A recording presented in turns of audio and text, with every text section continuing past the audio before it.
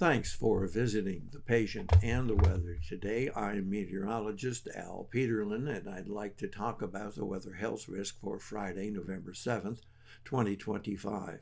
We do keep additional graphics available at tpatw.com. Friday's weather map is quite impressive. We do have a little bit of high pressure stabilizing portions of the southwest, but as little bit of high pressure tries to develop in the Pacific Northwest, the main low pressure center moves across into Montana at a cold front hanging south from Montana through Wyoming, Utah, back into Nevada and California. However, there is another frontal system trying to link that low pressure center across the northernmost portions of the country to a second or main low pressure center here in southeastern Canada. And that front cuts across Michigan, back through northern Missouri, and back into that frontal position back here in Wyoming. You'll note that there is a second frontal system hanging from that low in southeastern Canada, and it cuts across Ohio back to southern East Texas. And there is a warm front dangling with that particular front hanging across Pennsylvania down into the Carolinas. But in any case, you'll see a lot of unsettled weather ahead of the first front and some warm temperatures coming, cooler temperatures behind the next front itself, and then even cooler temperatures behind that. Looking at our vitality index, and it reflects the unsettled weather nature of that weather frontal system. The southwest looking reasonably open, but we do have some center of activity and interest here in the Pacific Northwest, a lot of intense interest here up and down the plains, and from the Mississippi River everywhere, north and east, a lot of unsettled weather with a focus on the Ohio Valley. Looking at pressure change, and pressure change is that one element that many people look to when we're talking about headache and arthritis. And you'll see we have rising pressure here in the Pacific Northwest. We have rising pressure in the northernmost portions of the plain, the Dakotas, into Minnesota. And note, with that line all the way from southeast Texas, clear on up to Michigan, we have falling pressure with a really intense pattern of falling pressure in, again, the Ohio Valley, the Middle Atlantic states, and a lot right here along the Canadian-U.S. border. Looking at temperature change, which we casually talked about with the frontal systems, we have rising temperatures here in the east, running all the way from the Middle Atlantic states to the Ohio Valley back into New England.